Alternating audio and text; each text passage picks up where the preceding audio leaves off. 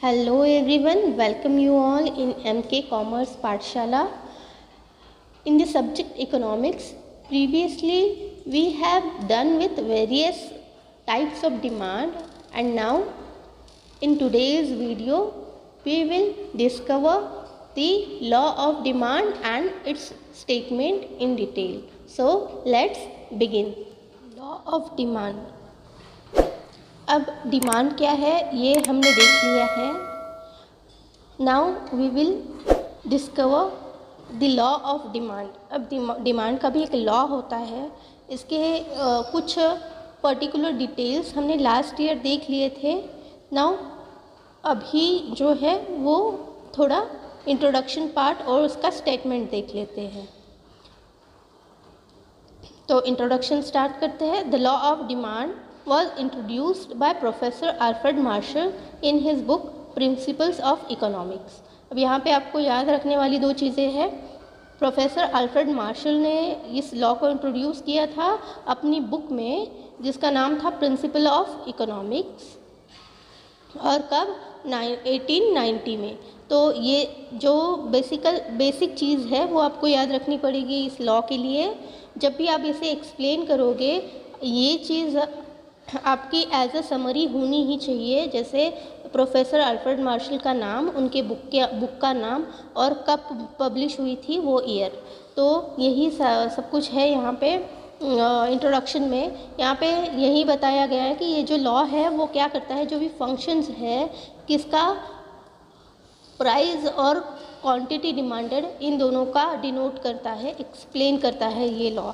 मतलब जो भी रिलेशनशिप है प्राइस और डिमांड की, ये लॉ उसे जस्टिफाई करता है या एक्सप्लेन करता है. यही यहाँ पे दिया हुआ है. तो आगे हम देखते हैं स्टेटमेंट ऑफ लॉ. अब इस लॉ का स्टेटमेंट दिया हुआ है उनके बुक में.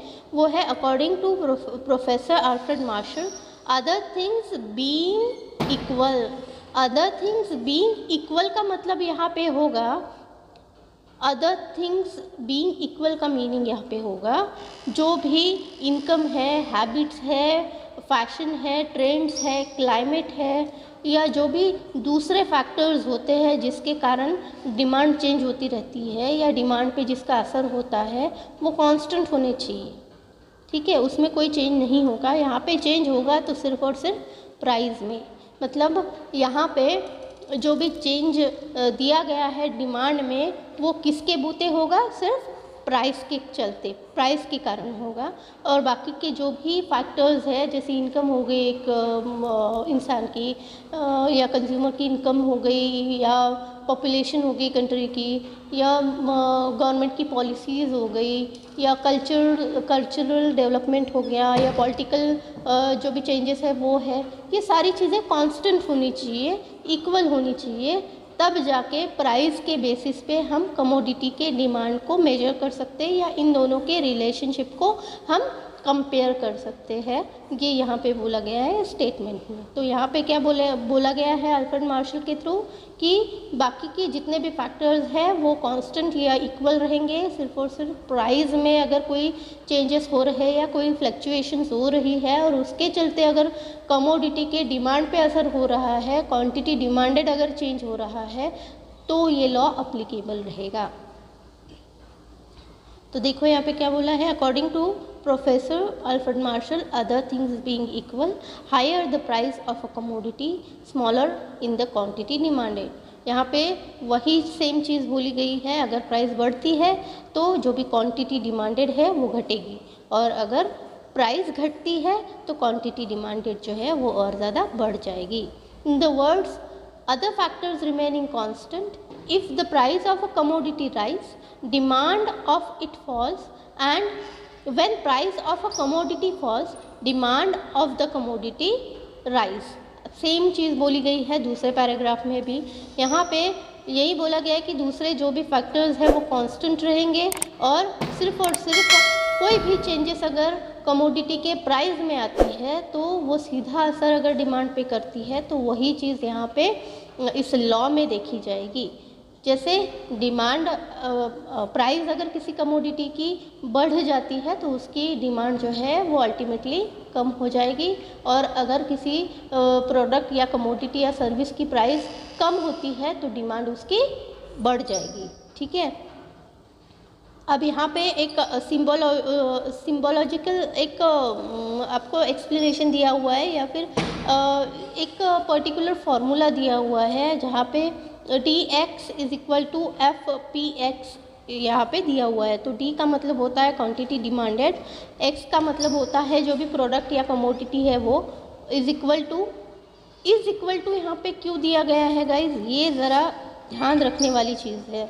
यहाँ पे इज इक्वल टू का साइन इसलिए दिया गया है क्योंकि हमें स्टेटमेंट में बोला गया है, डिमांड के स्टेटमेंट में बोला गया है कि ये जो लॉ ऑफ डिमांड है वो जनरली इन डिमांड और प्राइस इन दोनों के रिलेशनशिप को दिखाता है, इनके बीच में जो भी रिलेशनशिप है वो डिनोट करता है, इसीलिए यहाँ पे इज इक्वल टू का साइन दिया हुआ है। ठीक है, तो यहाँ पे सीधा सीधा यही बोला गया है कि डिमांड जो भी है क्वांटिटी की वो जो भी प्राइस फंक्शन करेगी, मतलब कम ज़्यादा होगी, उसके अकॉर्डिंग इक्वल रहेगी।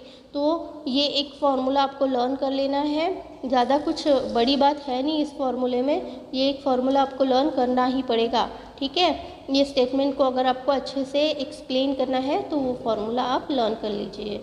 तो यही ये सारी उसका फुल फॉर्म दिया हुआ है, एब्रीविएशन जो हमें यहाँ पे दिया हुआ था, ये जो है डी का मतलब होता है, फिर से बता देती हूँ, डी का मतलब होता है डिमांड ऑफ कमोडिटी, एक्स का मतलब होता है कोई भी प्रोडक्ट या commodity, is equal to F का मीनिंग होता है फंक्शन इन ब्रैकेट, पी का मतलब होता है प्राइस, और एक्स का मतलब होता है फिर से प्रोडक्ट या कमोडिटी। सो आज के लिए इतना काफ़ी है, बाकी जितना भी पोर्शन बचा है नेक्स्ट वीडियो में देखते हैं। Take care and bye bye.